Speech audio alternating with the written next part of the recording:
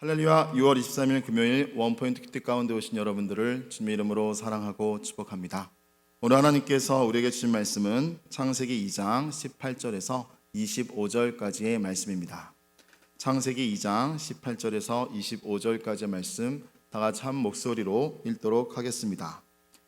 여호와 하나님이 이르시되 사람이 혼자 사는 것이 좋지 아니하니 내가 그를 위하여 돕는 배필을 지으리라 하시니라. 여호와 하나님이 흙으로 각종 들짐승과 공중의 각종 새를 지으시고 아담이 무엇이라고 부르나 보시려고 그것들을 그에게로 이끌어 가시니 아담이 각 생물을 부르는 것이 곧 그 이름이 되었더라. 아담이 모든 가축과 공중의 새와 들의 모든 짐승에게 이름을 주니라.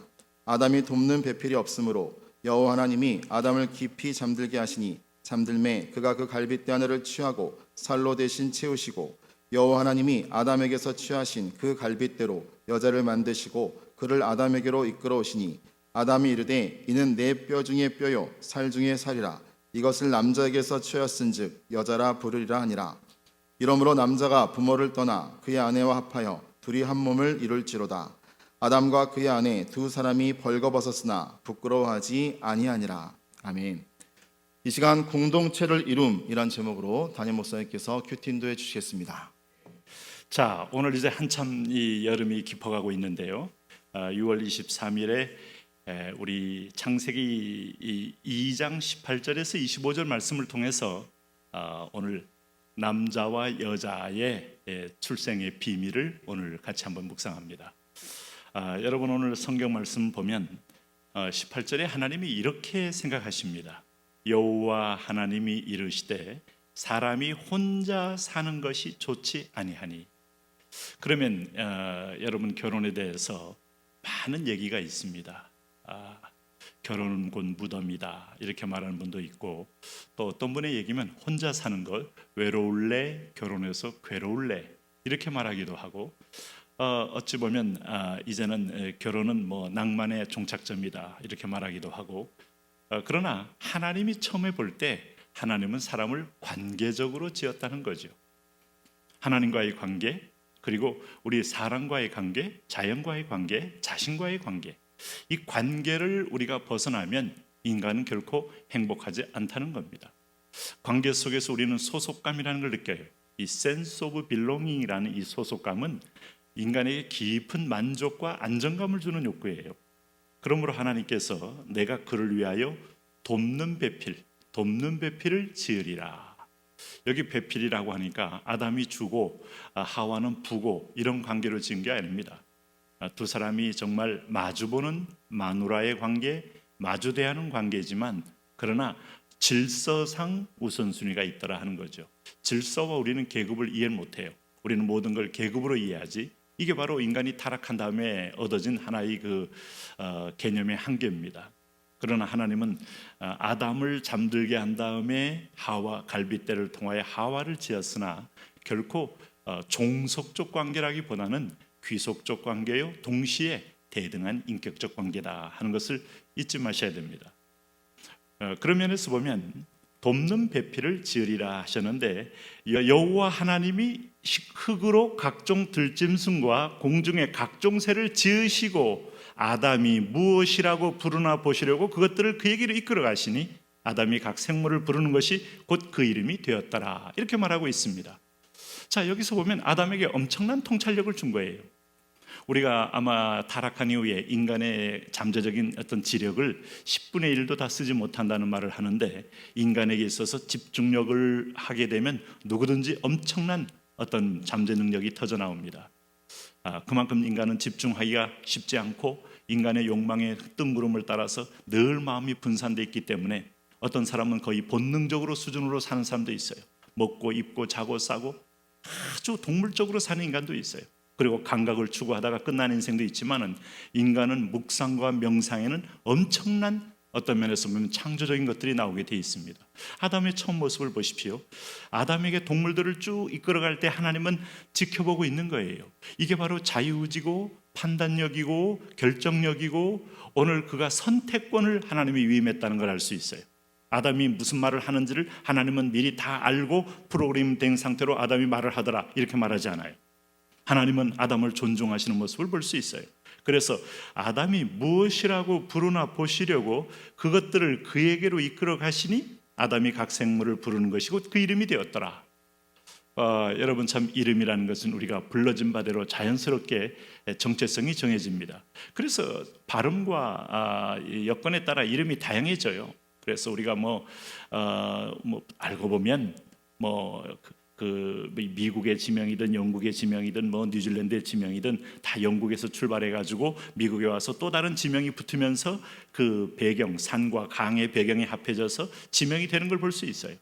그리고 오늘 여기 20절에 그렇게 이제 아담이 엄청난 통찰력과 직관력과 그리고 예견력이 있었다는 거죠. 그런 아담이, 그럼 이거 우리가 한번, 나도 이 거대한 잠재 능력을 한번 회복하고 싶다. 여러분, 기도하고 영안이 맑아지면요 굉장히 통찰력이 깊어집니다. 혹시 나는 처음부터 우리 부모들로부터 좋은 머리를 받지 않았어, 그거 중요한 거 아닙니다. 마음을 깨끗해 하고 정신일도 하사불성이란 말이 있죠. 하나님을 향하여 집중하고 있으면 머리가 맑아지고 집중력과 예언력과 통찰력이 생겨요. 참 지혜로운 사람이 될 수 있어요. 여기 20절 말씀에 아담이 모든 가축과 공중의 새와 들의 모든 짐승에게 이름을 주니라.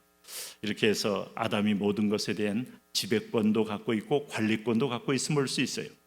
여러분, 우리가 이 관리를 잘하면 뭐든지 회복되지만 관리를 안 하고 학대를 하면 죽게 돼 있어요.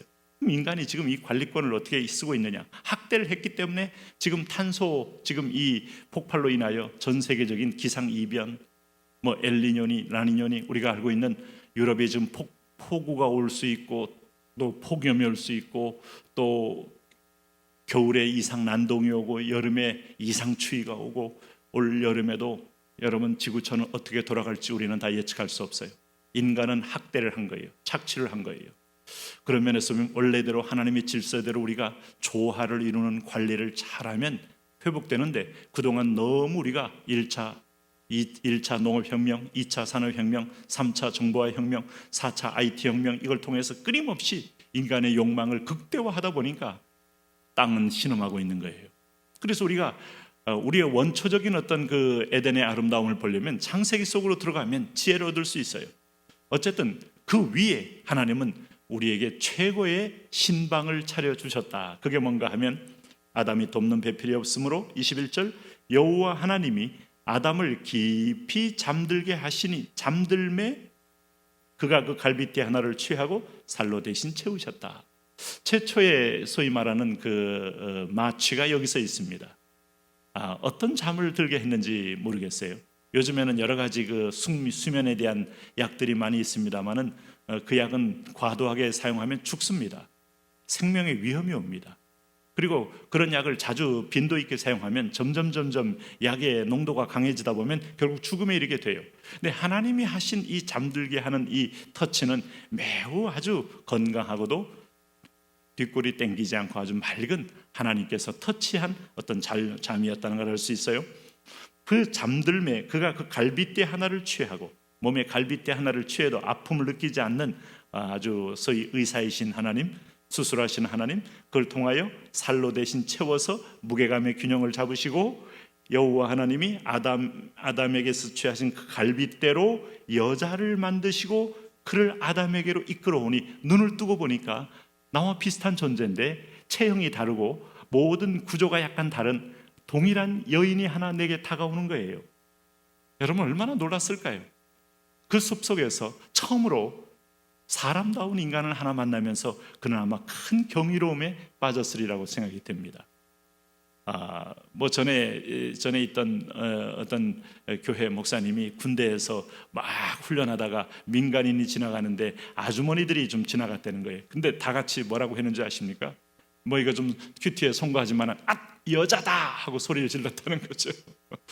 그만큼 남자들은 우글거리다가 아주머니들이 지나가도 너무 그렇게 눈이 번쩍 뜨이고, 이게 어떤 면에서 보면 본능적인 반응일 수 있겠죠. 근데 아담이 아주 눈을 떠보니까 그야말로 크기와 모양과 나이와 자기와 너무나 조화로운 한 여인이 눈앞에 띄었다. 아담이 23절에 이렇게 말합니다. 아담이 이르되 이는 내 뼈 중에 뼈요 살 중에 살이라. 이것을 남자에게서 취하셨은즉 여자라 부리리라. 하니라. 여자라고 부른 것은 하나님이 부른 게 아니고 아담이 부른 겁니다. 그리고 아담의 그 고백 중에서 뼈 중에 뼈요 살 중에 살이란 말은 너는 내 거야 하는 말하고는 차원이 다른 내 몸의 일부야, 내 뼈 중에 뼈야, 골수에 사무친다는 말 하지 않습니까? 한이 골수에 사무치는데 사랑이 골수에 새겨진다니까요. 엄청난 표현이죠. 그리고 나서 남자라는 것은 곧 여자가 있기 때문에 존재하는 거고, 여자라는 것은 남자의 상대어일 뿐이지 여자가 여자로서만 존재할 수 없더라. 그래서 하나님은 양성과 음성을 만드시면서 조화를 이루게 하셨다 하는 것이 오늘 창세기의 관계의 아름다움입니다. 그래서 이제 어떤 목사님 보면 아울리치 가거나 뭐 할 때 꼭 거기에 남자가 5명이 여자가 2이 또 꼭 팀을 조화롭게 짜면 굉장히 그 분위기가 좋아진다는 거예요. 균형이 있다는 거예요. 뭐 좋은 뜻으로 이해해야죠.